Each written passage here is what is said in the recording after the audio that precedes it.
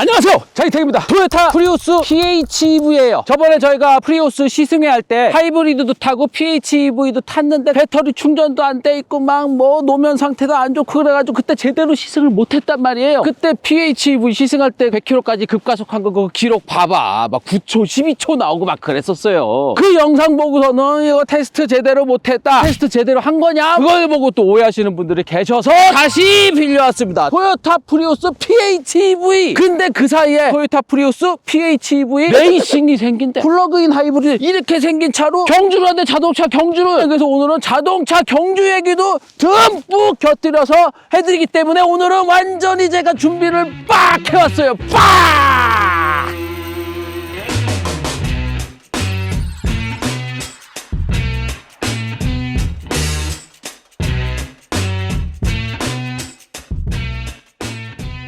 자동차를 쉽고 재미있게 미디어 오토. 자, 올해 봄부터 슈퍼레이스의 새로운 플러그인 하이브리드 레이스가 시작이 됐는데 토요타 프리우스 PHEV 요 모델로 15대가 달릴 것 같아요. 얼마 전부터 모집이 시작됐는데 요거 그대로 달리는 거 아닙니다. 일반 도로에서 편하게 달릴 수 있도록 만든 차라서 승차감이라든지 이런 것들도 꽤 좋게 만들었는데 요거 그대로 경기 들어가면은 승차감이 너무 좋아서 막 코너링이라든지 이런 것들이 안 좋을 수 있어. 타이어나 브레이크나 이런 것도 경주를 하기에는 조금 부족하죠. 일반 도로에 맞춰서 세팅된 차기 때문에. 그래서 경기에 들어갈 차들은 휠, 타이어, 브레이크, 서스펜션 바뀝니다. 근데 이제 브레이크는 완전히 뭐 새로 붙이는 게 아니고 안에 브레이크 패드를 레이싱 패드로, 그리고 휠은 요거보다 한 사이즈 작은 휠이 될 거예요. 지금 여기에는 19인치 휠이 들어가 있는데 19인치 휠이 레이싱용 타이어가 그렇게 많지가 않아. 그래서 아마도 18인치의 세미슬릭 타이어로 조합이 돼서 휠과 타이어가 이제 새로 들어가고요. 서스펜션은 조금 더 딱딱한 거. 그 다음에 자동차 경주를 하려면 안전을 위해서 꼭 해야 되는 게 있어요. 일단 차가 막 뒤집어져서 막 사고가 날 수 있잖아. 그랬을 때도 선수를 보호하기 위해서 롤 케이지가 들어가야 된단 말이야. 안에 차체를 버틸 수 있는 파이프 같은 게 이렇게 안에 들어가 있는 거, 롤 케이지 들어가고요. 그 다음에 차에 불이라도 나면은 선수 보호해야 될 거 아니야. 그래서 불에 타지 않는 레이싱 전용 시트, 약간 경량화된 레이싱 시트, 그 다음에 6점식 안전벨트, 이렇게 해서 안전벨트, 시트, 롤 케이지, 요것도 필수적으로 해야죠. 카레이싱이라는 거는 빨리 달리는 것도 중요하지만 안전이 중요해. 사고가 났을 때 언제나 사고가 날 수도 있는 거기 때문에 안전이 중요해요. 그래서 지금 제가 이렇게 입고 있는 이 레이싱 수트나 이런 장갑 이런 것도요, 이런 것도 어떻게 보면은 약간은 안전과도 직결되죠. 이 레이싱 장갑 이거 꽤 비싸거든요. 근데 생긴 거 봐봐. 바느질을 막 이상하게 해놨어. 야, 이걸 깔끔하게 좀 해놓지 왜 이렇게 막 뜯어먹은 것처럼 이렇게 바깥쪽으로 바느질을 해놨을까? 이렇게 바깥쪽으로 박음질을 해놔야지 안에서 손에 딱 꼈을 때 운전대로 꽉 잡았을 때도 안에 배기질 않아요. 안에 박음질이 말끔해야 되기 때문에 레이싱 글러브들은 다 이렇게 바깥쪽에서 약간 거체로 보이게 이렇게 되어 있고, 이제 여기는 이제 미끄러지지 않게 이런 식으로 코팅이 되어 있고요. 그리고 제가 입고 있는 이 레이싱 수트 미디어 오토, 예전에 카센터, MBC 카센터 출연할 때 만들었던, 그때 맞춤했던 옷인데 그때는 100kg가 좀 많이 넘어갔었거든요. 그때는 이게 딱 맞았어. 근데 지금은 약간 좀 다리도 그때 더 길었었나 봐. 다리가 왜 이렇게 다리가 짧아졌냐 그 사이에. 그래서 요 옷이 안전을 위한 옷. 불 붙이려고 해도 불이 붙지 않은 방염 소재인데다가 레이싱 수트가 이렇게 원피스로 되어 있는 거는 내가 사고 막 달리다가 사고 빵 났어. 차에 막 불이 붙는데 나는 의식을 잃었어. 사고가 나면 보통 의식 잃죠. 기절하거나 그러죠. 그랬을 때 장진택을 끌어내야 되잖아. 여기에다가 딱 꽂아가지고 막 끌어내면은 다리까지 한꺼번에 다 이렇게 끄집어낼 수 있게. 섬뜩한 의미이긴 하지만 안전을 위해서 이렇게 원피스로 이렇게 토요타 프리우스 PHEV 요 경기가 올해 CJ 대한통운 슈퍼레이스의 원메이크 레이스로 딱 들어갑니다. 조건이 아주 좋아. 조건이 아주 좋아. 그냥 차만 딱 사면은 나머지 휠, 타이어 튜닝하고 뭐 에어 스포일러 들어가고 여기 립 스포일러, 사이드 스커트 뭐 이런 식으로 해서 좀 더 멋있어지고 좀 더 잘 달리고 좀 더 스포티해서 바로 경기에 들어갈 수 있는 차로 개조되는 비용이 꽤 들 거 아니야. 이 돈이. 요거 다 슈퍼레이스 측에서 다 지원해 줍니다. 튜닝 비용이 거의 뭐 1,500만 원이 넘어요. 아주 개꿀이지. 게다가 저는 레이싱을 한 번도 해본 적이 없는데요. 될까요? 됩니다. 레이싱을 한 번도 안 해본 분들을 위해서 레이싱 교육도 해줘. 요것도 주최 측에서 다 부담해요. 레이싱 교육도 해주고 레이스카로 만들어주는 비용까지도 다 지원해주는 이런 기회가 따로 없어요. 거의 돈으로 치면 2천만 원이야. 게다가 자동차 경주 나갈 때 공짜로 나가는 거 아닙니다. 참가비가 또 있어. 참가비 거의 뭐 50만 원, 80만 원 뭐 이렇게 내야 돼요. 각 경기마다. 요것도 주최 측에서 부담해줘. 그러니까 프리우스 PHEV 요거 좀 비싸죠. 4,990만 원, 뭐 4,790만 원, 뭐 요러죠. 요것만 사면은 모터스포츠에 아주 편안하게 입문할 수 있다. 경주차로 튜닝했다 그래서 일반 도로를 못 달리는 수준의 튜닝이 아니에요. 일반 도로도 달릴 수 있고 경기에도 나올 수 있는 세미 튜닝 정도가 되는 겁니다. 모터스포츠 나가고 싶은데 엄두가 안 나서 못 나갔던 분, 돈벌이도 좀 안정이 돼서 나가고 싶은데 이제 나이가 너무 많아서 내가 지금 될까? 됩니다. 아마 우리나라에서 열리는 모터스포츠 경기 중에 아마 가장 마일드한 경기가 될 거예요. 다 해봤자 엔진 튜닝은 안 하는 거기 때문에 해봤자 223마력짜리 경주차란 말이에요. 아반떼 N 경주만 해도 290마력짜리 경주잖아요. 그리고 15대까지만 딱 받아. 15대만 서킷을 돌기 때문에 경기도 막 이렇게 막 복잡하고 막 뭐 이러지 않아요. 프리우스 PHEV만 딱 한 대 사시면은 레이서가 될 수가 있습니다. CJ에서 이렇게 많이 지원해주는 적이 없었어! 미디어 오토. 자, 프리우스 디자인 설명은 저번에 시승하면서 그리고 또 신차 발표 때도 여러 번 설명드렸기 때문에 그냥 간략하게만 설명드리면 프리우스는 이게 5세대예요. 5세대. 1997년도에 토요타가 야, 우리 21세기를 위한 완전히 새로운 차를 만들어보자 라고 해서 1997년도에 프리우스 하이브리드를 처음 만들었습니다. 그때만 해도 조금 못생기고 힘도 별로 없었고 친환경, 고효율 이런 거 외에는 별로 내세울 게 없었던 새로운 시스템을 만드는 거에 의의를 둔 그런 하이브리드였는데 지금 5세대를 거듭하면서 잘생긴 차가 나왔죠. 이거는 그냥 딱 보면 페라리잖아. 약간 프로 산게 4세대 프리우스는 다른 거 다 괜찮았는데 못생겼었잖아. 약간 어류스럽게 생겼었잖아요. 사람이나 자동차나 약간 어류 쪽으로 가면은 이상준 자꾸 막 맥이 나오고 막 약간 두꺼비 나오고 약간 그러잖아요.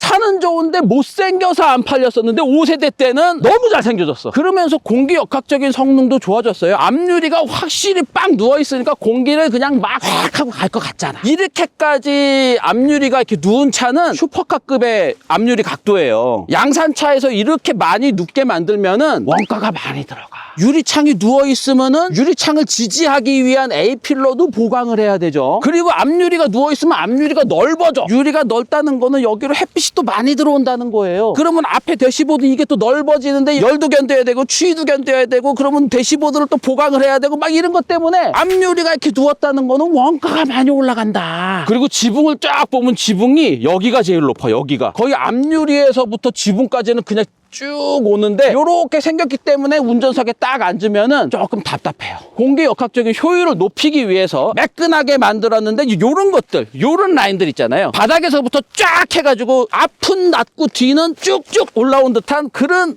느낌을 주기 때문에 차가 날렵해 보인다. 그러면서 앞바퀴와 뒷바퀴의 크레딩을 검은색으로 이렇게 감싸서 타이어가 큰 차처럼 보이게 해줬어요. 뒤에 이쪽에는 G69예요. 이쪽에는 G69가 있고 이렇게 뒤로 돌아가 보면은 이쪽에는 이제 충전구가 있죠. 충전구가 완속 충전만 됩니다. PHEV는 뭐 급속 충전 이런 거 안 되고 대부분 다 완속 충전만 돼요. 근데 이게 약간 특징적인 게 열 때 소리 들어보세요. 쟁반 떨어지는 소리가 나잖아요. 보통은 이거는 이제 플라스틱 재질로 많이 만들죠. 근데 이제 금속재로 되어 있어서 약간 쟁반 떨어지는 소리가 난다. 그리고 뭐 뒷유리창 각도도 아주 매끈하고 테일램프를 일직선으로 쫙 하면서 쫑긋 올려놨기 때문에 뒤에 쫓아가다 보면은 상당히 잘 달리는 차처럼 보이게 잘 마무리하면서 일직선으로 되어 있는 램프를 넣어서 좀 하이테크한 느낌도 잘 살렸다. 그래서 이번에 프리우스 5세대는 디자인은 잘했어요. 띠리링. 자, 프리우스의 실내는 타보면은 일단 넓거나 막 이러진 않아요. 일단 지붕이 1.4m가 약간 넘는 높이에요. 보통 차들이 뭐 1450, 뭐 어떤 차들은 뭐 1500까지도 가는데 이게 지붕을 딱 낮춰놓으니까 머리 공간이 이렇게 잘 나오지는 않죠. 게다가 아까 말씀드렸듯이 앞유리가 많이 누워있고 여기까지 이렇게 뭐 앞유리가 치고 들어오고 막 이러다 보니까 앞에가 여기가 좀 이렇게 좀 약간 답답한 느낌이 드는데 대시보드는 또 앞으로 쭉 빠져있어. 이렇게 손을 해도 안 닿을 정도로 앞으로 쭉 빠져 있어. 게다가 이게 계기판이 운전대 위로 올라와 있어요. 운전대 사이로 계기판을 보는 게 아니고 운전대 위로 계기판을 보는 거야. 계기판은 저 멀리 보이고 손으로 누르는 요 터치 스크린은 또 가까이 있고. 그래서 인체공학적으로는 잘 조합을 해서 잘 만들었는데 편안하고 안락하고 널찍하고 쾌적하고 이런 공간은 아니다. 이 스펙이 비슷한 아반떼랑 비교해서 실내 공간이 좁아요. 아반떼는 실내 공간까지도 좀 널찍널찍하게 만든 차고요. 요건 요거는 비슷한 사이즈긴 하지만 어떻게 보면은 이거 준중형급인 줄 알고 샀는데 실내 공간이 그냥 약간 소형급 정도네. 실내 공간까지 널찍하게 만든 차는 아니다. 자, 그래도 안에 있는 장치들이나 이런 거는 빠진 건 하나도 없어요. 열선 시트, 통풍 시트 이런 거 다 들어가 있고 내비게이션도 큼직한 12.3인치 내비게이션 들어가 있죠. 당연히 터치 스크린 되는 거고요. 장갑 끼고도 되네 이게. 그리고 뭐 여기저기 수납 공간, 컵홀더 위치도 아주 적당하고요. 이제 요런 수납 공간들 잘했죠. 스마트폰 여기 놓으면 되게 좋죠. 스마트폰 놓는 자리, 그리고 콘솔 박스 뭐 요런 것들. 여기도 이제 글로브 박스 딱 이렇게 있고, 없는 거 없이 다 잘 만들었는데 이게 좀 있어야 될 것 같은데 없는 게 이제 이런 거죠. 여기에 무선 충전 장치가 있는 줄 알고서는 스마트폰을 여기다 딱 놔봤자 무선 충전이 되지 않습니다. 무선 충전 될 것처럼 이렇게 다 만들어 놨는데 무선 충전 될 것처럼 생겼어. 근데 그 밑에 그냥 수납 공간을 나누는 판때기예요. 제가 지금 타고 있는 거는 4,990만 원짜리 프리우스 PHEV 중에 좀 고급 모델이에요. 그래서 이제 이런 것들이 들어가 있죠. 디지털 룸밀러. 이렇게 보면은 이제 거울로 보는 거고요. 이렇게 보면은 이제 디지털 룸밀러. 뒤에 있는 렌즈로 찍은 화면을 이제 여기다 보여주는 거. 이 가격에 어울리는 고급 장치들도 많이 들어가 있다. 근데 하여튼 실내 공간은 그렇게 넓지가 않은데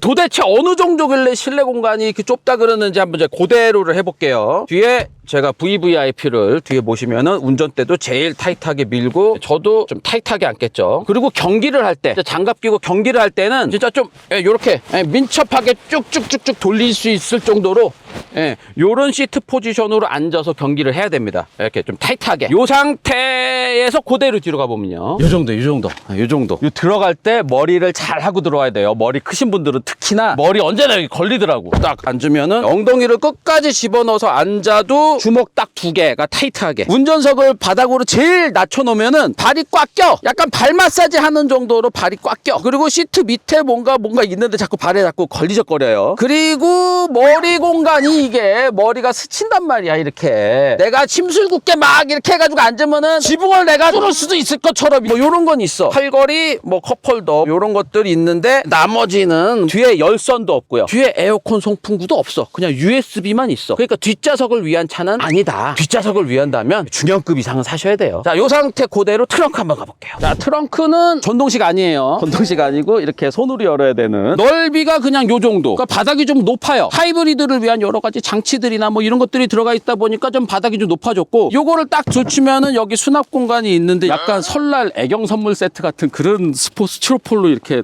충전을 위한 케이블 같은 거를 놔두고 이제 몇 가지 공구들 이런 것들을 놔둘 수 있는 공간이 있습니다. 하여튼 트렁크는 그렇게 넓지는 않다. 근데 이제 요거를 떼면 이렇게 접혀요. 그리고 요거는 약간 망사 재질, 아주 가벼운 망사 재질로 되어 있고요. 여기서 시트를 이렇게 접으면은 널찍하게 되어 있어서 긴 짐을 실을 수도 있다. 자, 요 정도까지만 보고 바로 달려보겠습니다. 이게 모터스포츠에서도 좀 얘기가 되는 차인지 다이나믹하게 쫙쫙쫙쫙 바로 달려보겠습니다. 고고! 미디어 오토. 자, 저희 달려보기 전에 오늘은 옷이 이거니까 여기 OMP 이것도 그러니까 이렇게 뭔가 이렇게 여기서 달리고 그러면 안 돼요. 여기 주차장이에요. 자, 달리기 전에 오디오를 한번 들어볼 텐데, 오디오는 그냥 기본 오디오, 보스나 뭐 바이오닉스 이런 거 아니고 그냥 기본 오디오, 이게 토요타 오디오가 들어가는데 한번 들어보겠습니다.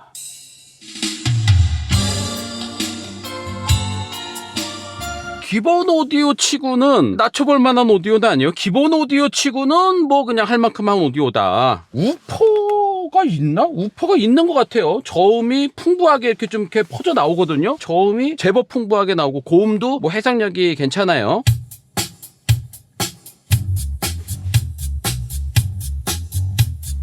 네, 그냥 팝이나 락이나 가요나 뭐 이런 거 듣는 데는 아무 부족하지 않은 기본용 오디오 치고는 괜찮고, 좋은 오디오가 소리를 100가지를 낸다 그러면은 요거는 소리를 6, 70가지를 내면서 감당할 수 있는 수준의 소리만 내보내면서 소리가 서로 막 엉키지 않게 간단하게 잘 만든 소리, 요 정도로 표현할 수 있을 것 같습니다.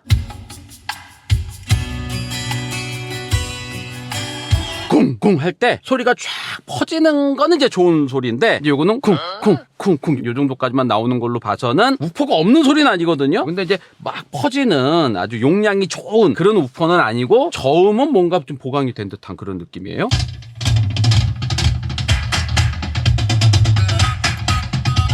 들을만합니다. 이 정도면은 4.6m짜리 이런 중중형급의 하이브리드 차에서는 뭐 이 정도면은 괜찮은데 이제 이게 오늘은 이게 거의 뭐 약간 모터스포츠 특집처럼 돼버려가지고 자 제가 타고 있는 거는 플러그인 하이브리드이기 때문에 전기차처럼 충전을 할 수가 있는 게 장점이죠. 그냥 하이브리드가 아니고 플러그가 있는 하이브리드. 뒷좌석 쪽에 있는 13.6kWh 배터리를 가득 채우면 64km 정도를 전기차처럼 쓸 수가 있습니다. 이렇게 하기 위해서는 여기에 이제 모드를 EV 모드로 하면은 전기차처럼 가는 거예요. 가속 페달을 조금 좀 세게 밟아도 전기차 소리 나잖아. 이렇게 해서 그냥 출퇴근을 한 1, 20km 정도 되는 회사로 출퇴근한다 그러면은 출퇴근하는 동안은 전기차처럼 쓸 수 있는 거예요. 기름 한 방울 쓰지 않고 주중에 출퇴근을 할 수 있다. 그러다가 이제 주말에 여행 멀리 가거나 그럴 때는 장거리를 가기 때문에 그때는 이제 기름을 넣어서 하이브리드 차처럼 쓸 수 있다. 어떻게 보면 장점만 이렇게 융합시켜 놓은, 그래서 규칙적으로 출퇴근만 하고 주말에 여행 가고 이렇게 좀 규칙적으로 사시는 분들한테는 아주 괜찮은 솔루션이에요. 근데 뭐 주중에도 출근만 하는 게 아니고 주중에도 갑자기 장거리 무슨 천안에 있는 계열사도 왔다 갔다 하고 막 영업하러 다니시고 막 이런 분들한테는 주중에 전기차처럼 쓰려고 샀는데 아유 뭐 이렇게 계속 기름 넣으면서 다니고 막 이러다 보면은 사실 전기차 충전도 안 하게 되고 막 이렇게 되거든요. 게다가 요즘에 플러그인 하이브리드 차랑 전기차랑 아파트 충전기 문제로 이렇게 좀 분쟁 같은 게 좀 많죠. 플러그인 하이브리드는 13.6kWh밖에 안 되기 때문에 완속 충전으로 해도 한두 시간 정도 길어봤자 한 3시간 정도면은 완전히 충전이 된단 말이에요. 근데 밤에 꽂아 놓으면은 새벽까지 그냥 이걸 물려두잖아. 근데 새벽에 들어오신 전기차 타시는 분들이 딱 왔는데 플러그인 하이브리드들이 다 자리 차지하고 있어. 새벽 1시에 차 빼달라고 전화하기도 뭐하고 이러니까 이제 뭐 아파트 민원 들어가가지고서는 플러그인 하이브리드는 밤에 충전기 물리지 맙시다. 전기차 써야 되니까 뭐 그러면 또 이제 플러그인 하이브리드 차주들이 뭐 너만 전기차냐 나도 전기차지 뭐 막 이렇게 된단 말이에요. 좀 정부 차원에서 좀 슬기롭게 해결해 줘야 되지 않을까. 플러그인 하이브리드 차들이 점점 늘어나고 있거든요. 분명한 장점이 있어요. 전기차처럼 일단 비싸지가 않잖아. 전기차는 하루에 진짜 1, 20km만 출퇴근하시는 분들이 매번 막 100kWh씩 그 커다란 배터리를 계속 지고 다니는 거조차가 약간 비효율이긴 하죠. 그냥 출퇴근하고 뭐 장거리 여행 가고 이러는 분들한테는 플러그인 하이브리드가 가장 적합할 수가 있고요. 이게 사실 지금 시점에서는 전 세계적인 추세이기도 합니다. 전기차로 바로 넘어가는 게 조금 부담스러운 나라들이 꽤 있고요. 아직 충전 시설이나 이런 것들이 많지 않은 나라들이 많아요. 그러니까 우리나라 사람들은 뭔가 트렌드에 빠르고 막 그러니까 전기차로 이렇게 쑥쑥 많이 넘어갔는데 전 세계적으로 보면은 아직 전기차에 대한 그런 거부감이라든지 약간 미지의 세계로 들어가는 데 대한 약간 겁이 나는 게 있어요. 그 지점에서 플러그인 하이브리드가 좋은 역할을 하고 있다. 그냥 전기차처럼 똑같이 쓸 수 있어요. 여기서 가속 페달을 세게 밟아도 전기차예요. 근데 이제 속도가 막 붙으면 이제 엔진 시동이 쭉 걸리긴 하죠. 근데 이거는 전기 모터가 이게 161마력짜리 전기 모터라고 하거든요. 161마력짜리 전기 모터면은 초창기 전기차 150마력짜리 전기차도 있고 막 이랬는데 그 정도 가속이 나오죠. 앞바퀴가 끌리면서까지 지금 가속이 되는데 이렇게 전기 모드로도 갈 수 있고 모드를 바꾸면은 이제 하이브리드 모드로 이렇게 하면은 전기 모터로 가다가 가속 페달을 밟으면은 엔진이 훅 걸리면서 엔진과 전기 모터가 힘을 합쳐서 훅 가속을 해주죠. 이런 식으로 여러 가지 모드를 왔다 갔다 거리면서 쓸 수가 있고요. 나는 전기차처럼 쓰기 위해서 오늘 엔진을 써서라도 전기 배터리를 좀 충전을 해야겠다 그러면은 요 뒤에 있는 버튼 요거를 오랫동안 누르고 있으면은 충전 모드가 됩니다. 그러면 엔진이 그냥 자동으로 돌아. 서 있어도 엔진이 돌아. 엔진을 돌리면서 배터리를 지금 충전을 하는 거예요. 아까부터 제가 촬영하면서 계속 충전 모드로 해놓고 있어도 지금 배터리가 거의 가득 차 있는 상태예요. 이렇게 여러 가지 모드로 쓸 수가 있고 또 스포츠 모드, 에코 모드, 노멀 모드 이건 또 여기 위에 또 따로 있어. 여러 가지 주행 모드가 있기 때문에 이게 뭐 일상에서 쓸 때도 어느 모드로 달릴 거냐에 대해서 잘 선택해가지고 하면 되는데 이게 자동차 경주를 한단 말이에요. 자동차 경주를 할 때는 이 모드를 어떻게 놓고 쓰느냐에 따라서 나는 초반에 배터리를 조금 아끼다가 중후반에 배터리를 딱 해가지고 배터리와 엔진으로 빡 해가지고서는 경기를 뒤집어야지. 근데 이런 식으로 경기 전략을 잡아서 가시는 분들도 있을 수도 있죠. 그러니까 어떻게 될지 몰라요. 지금 플러그인 하이브리드 경기가 진짜 그냥 차를 운전을 잘하고 뭐 이런 사람이 우승을 하느냐 아니면은 이렇게 머리를 잘 써가지고 배터리를 전기를 어떻게 쓰고 막 이런 것들을 어떻게 터득해가지고 승부를 뒤집는 분이 뭐 이렇게도 나올 수도 있는 거예요. 요게 플러그인 하이브리드 레이스의 묘미가 될 수도 있을 것 같아요. 내가 나가면은 내가 이렇게 잔머리가 내가 좋기 때문에 이게 내 실력으로는 내가 못 이겨도 이제 잔머리로는 내가 장지택 따라올 사람이 별로 없기 때문에 잔머리로 어떻게 좀 뒤집어 볼 수도 있을 것 같은데. 띠리링 일단 여기 30km로 가볼게요. 노멀 모드로 시속 30km로 가면은요. 잔진동 같은 거는 잘 잡는데 이게 차가 이렇게 도로 굴곡에 의해서 이렇게 뒤뚱뒤뚱 거리는 거 있잖아요. 요거는 또 그렇게 잘 잡는 편은 아니에요. 근데 잔진동은 잘 잡기 때문에 그냥 약간 울퉁불퉁한 골목길에서 그냥 몰기에는 승차감이 나쁘진 않아요. 이 정도면은 뭐 그냥 팽팽한 승차감 아니에요. 약간 물컹물컹 거리는 승차감일 수도 있어요. 아반떼보다는 승차감이 좀 부드러운 편. 근데 이렇게 승차감이 부드럽다 보니까 이렇게 코너링을 할 때 롤도 좀 있죠. 무게중심도 낮고 그리고 댐핑 스트로크도 그렇게 큰 차가 아닌데 코너링을 할 때 일로 기울어졌다가 절로 기울어졌다가 조금 롤이 있어요. 요러다 보니까 이게 경기를 하기에는 롤이 너무 많다 보니까 핸들링이 이렇게 좀 잘 안 먹을 수 있다. 고속에서 할 때는. 그래서 이제 서스펜션은 국산 모 서스펜션으로 교체를 해가지고 경기를 치르게 된다고 합니다. 지금 요것도 그냥 스포츠 주행을 잠깐 하기에는 괜찮은데 경기를 할 만한 그런 서스펜션까지는 아니에요. 경기를 하기에는 너무 좀 안락해. 근데 이게 기본적으로 차가 말을 잘 들어요. 나는 핸들을 돌리는데 차는 지 맘대로 가는 언더스티어 오버스티어 이게 별로 없어요. 운전대 돌리는 대로 일단 잘 따라와. 서스펜션은 물컹물컹 거리긴 하지만 핸들링이 반응도 좋고 내가 가고자 하는 방향으로 잘 틀어. 즉각적이면서 반응도 좋고 핸들 딱 트는 거에 따라서 방향도 착착착 잘 알아먹고 잘 갑니다. 그리고 지금 여기에는 19인치 미쉐린 타이어가 껴있는데 요거 그립감도 제법 괜찮지만 이제 19인치 타이어는 레이싱용 타이어가 별로 없기 때문에 이제 18인치로 한 사이즈 줄여서 국산 타이어가 아닌 타이어는 아마 뭐 외국산 타이어가 들어오려 그러는 것 같고요. 그리고 이제 브레이크도 하이브리드 차기 때문에 브레이크가 좋진 않죠. 분진이라든가 이런 것들이 좀 덜 나오게 하기 위해서 약간 레진 성분이 많이 들어간 브레이크 패드다 보니까 이게 고속에서 막 열을 받는 브레이킹을 막 하다 보면은 레진이 좀 이렇게 좀 굳죠. 레진이 녹으면서 엉겨 붙는단 말이야. 그 열 때문에. 그러면서 제동력이 상실하는 경우가 생겨요. 그래서 이제 메탈 성분이 많이 들어간 레이싱용 브레이크 패드로 교체를 해서 디스크라든가 캘리퍼라든가 요거는 그대로 두고 휠 타이어는 18인치로 바꾸게 된다. 근데 뭐 말은 잘 들어요. 네. 아유 뭐 요 정도면은 뭐. 그래서 스포츠 모드 넣어볼까요? 네, 스포츠 모드를 두면은 서스펜션이 더 딱딱해지거나 뭐 이런 건 없는데 가속 페달 반응이 아주 즉각적이고 조금 달릴 수 있게 약간 신발끈을 딱 조여매는 듯한 그런 느낌이 들어요. 핸들링은 튜닝을 안 한 양산 상태에서도 이 정도면은 수준 이상이다. 이 정도면은 사실 그대로 서킷 들어가도 어느 정도는 해줄 수 있는데 이제 경기를 하려면 이게 몇 바퀴 돌면서 내구성이라든지 이런 것들까지 어느 정도 좀 보장이 돼야 되거든요. 이제 그거를 위해서 경기를 들어가기 위해서 여러 가지를 좀 보강을 하는 것 같습니다. 지금도 그냥 서킷을 가서 갖고 노는 정도로는 부족하진 않아요. 운동 성능은 뭐 하이브리드인데 이 정도면은 1.6톤 정도 되는 차에 223마력짜리에 토크는 한 25kg 포스미터 정도 나오는 것 같은데 이 정도면은 파워는 뭐 부족하지 않은 세팅이에요. 아반떼 N라인 정도의 그런 박진감 넘치는 장면은 충분히 연출될 수 있는 파워다. 근데 코너링은 진짜 이 정도면 진짜 해볼만 하다 이거는. 여기를 시속 60으로 들어가면은 요 정도 생긴 세단에서 이 정도 준중형급 세단에서는 할 만큼 다 하는 거예요. 내가 이렇게 가는데 겁이 안 나잖아. 그냥 말하면서도 그냥 코스 안 벗어나고 그냥 가잖아.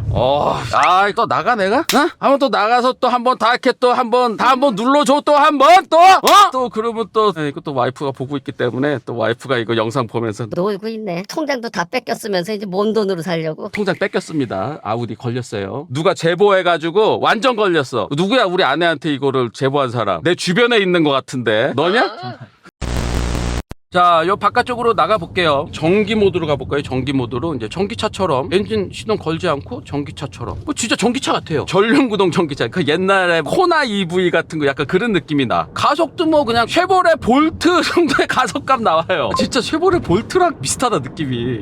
이제 토요타의 이 직병렬 하이브리드 시스템은 진짜 우등생 같은 하이브리드예요. 기본 개념이 만들어진 이후로 계속 기본 구조는 똑같이 하면서 지금 몇 년을 만들어 온 거예요. 거의 20년 넘게 이 이 직병렬 방식 하이브리드로 계속 진화를 거듭하고 있는데 지금 이게 최종형 버전이란 말이에요. 이게 전기 모드도 아주 적극적으로 쓸 수 있게 하면서 충전 효율이라든가 이런 것들도 수준 이상이고, 하여튼 토요타가 만들어낸 직병렬 하이브리드 시스템의 장점은 전기 모터와 엔진과 이런 것들의 연결이 아주 부드럽게 연결이 돼 있어서 전기 모터에서 엔진으로 갈아타고 엔진이 힘을 보태고 뭐 이러는 로직이 왔다 갔다 할 때 울컥거리거나 뭐 이런 것들이 없이 부드럽게 이렇게 위화감 없이 연결이 된다. 이게 장점이었거든요. 그 2000년대 초반에 현대자동차가 그때 아주 단순한 병렬 하이브리드, LPG 하이브리드로 만들었었잖아요. 그때는 기술력이 모자라서 전기 모터와 엔진과 이런 것들을 막 이렇게 오갈 때 다 울컥거리고 뭔가 약간 위화감이 있고 약간 불편하고 참얼미가 나고 막 이랬었단 말이에요. 그때는 토요타의 이 부드러운 하이브리드 이거를 못 따라갈 줄 알았지. 근데 지금 현대의 병렬식 하이브리드 이 울컥거림이나 뭐 이런 것들을 다 전자적으로 해결했잖아요. 엔진이 어느 정도 회전하는지, 전기 모터가 어느 정도 회전하는지, 지금 속도가 어느 정도인지 이런 것들을 다 100분의 1초 단위로 다 모니터링을 해가지고 그 속도에 맞춰가지고 붙였다가 띄어졌다가 뭐 이렇게 하니까 울컥거림이 없이 부드럽게 붙었다가 부드럽게 떨어졌다가 이렇게 하니까 토요타 하이브리드 수준의 완성도가 높아진 거예요. 그러니까 단순함을 가지고 이 복잡했던 토요타 하이브리드 시스템까지 가까스로 해가지고 온 거예요. 이제는 울컥거리는 하이브리드가 없죠. 그래서 지금 현대는 이제 하이브리드로도 이제 해볼 수 있다 해가지고 병렬식 하이브리드인데 모터 2개가 아주 적극적으로 힘을 돕는 그런 차세대 하이브리드도 과감하게 개발을 하고요. 이 차세대 하이브리드를 통해서 토요타 누르겠다 이런 선언까지 하고 있는 상황이 된 거죠.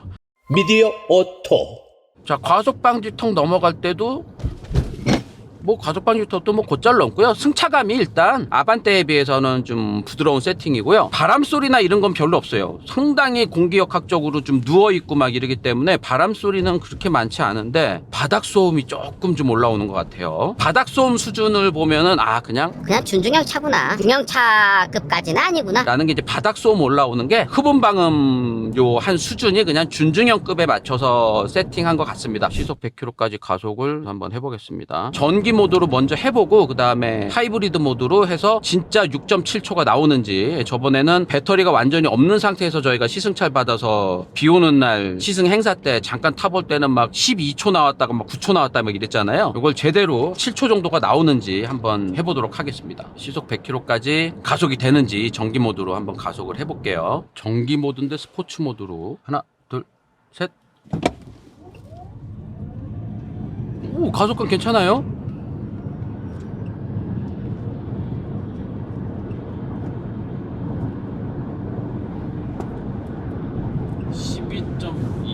전기 모드로는 12.26초. 네, 지금은 또 엔진이 걸리지 않았어요. 그냥 전기 모터만으로 시속 100km를 넘었는데 12.26초. 그래서 이제 하이브리드 모드로 바꿔서 해보겠습니다. 하이브리드 모드로는 6.7초 만에 시속 100km가 되는 꽤 고성능 하이브리드 성능을 보여준다고 하는데 한번 해보겠습니다. 하나, 둘, 셋.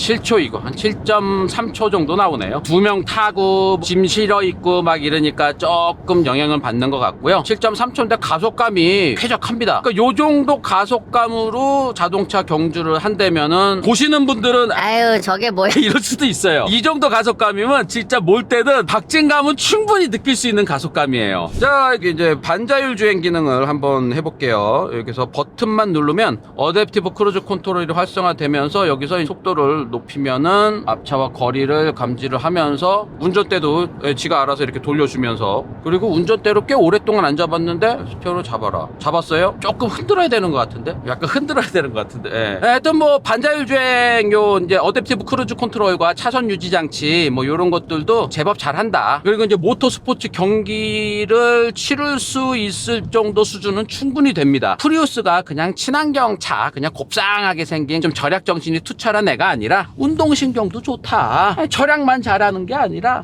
운동신경 좋고 운동 잘하고 섹시하고 뭐 이런 차라는 얘기예요. 요 4세대 프리우스까지는 우리가 그냥 좀 이제 착실하게 프리우스를 만들어 왔지만 5세대 때는 뭔가 좀 달릴 수 있는 하이브리드를 만들어낸 거다. 너도 한번 사서 들어와봐. 야, 너도 할 수 있어. 나는 안 들어간다. 나는 통장을 뺏겨서 개털이야 요즘에. 요즘은 내가 뭐 길에서 우유 하나 사 먹는 것도 와이프가 다 문자 메시지로 다 카드 쓴 거 보고 있기 때문에 빵도 못 사 먹어요. PD한테 맨날 빵 좀 하나 사주면 안 되냐? 뭐 이러고 있어요. 에이씨, 장지택 왜 이렇게 됐냐. 아, 기업 강연 여러 가지로 많이 준비가 돼 있습니다. 기업 강연 꼭 장지택을 이용해 주시고요. 강의료는 현금으로 봉투에 넣어서 주시면은 성실히 좋은 내용으로 강의해 드리도록 하겠습니다. 오늘 여기까지입니다. 고맙습니다. 야! 강의는 미디어 오토 장지택에게. 야!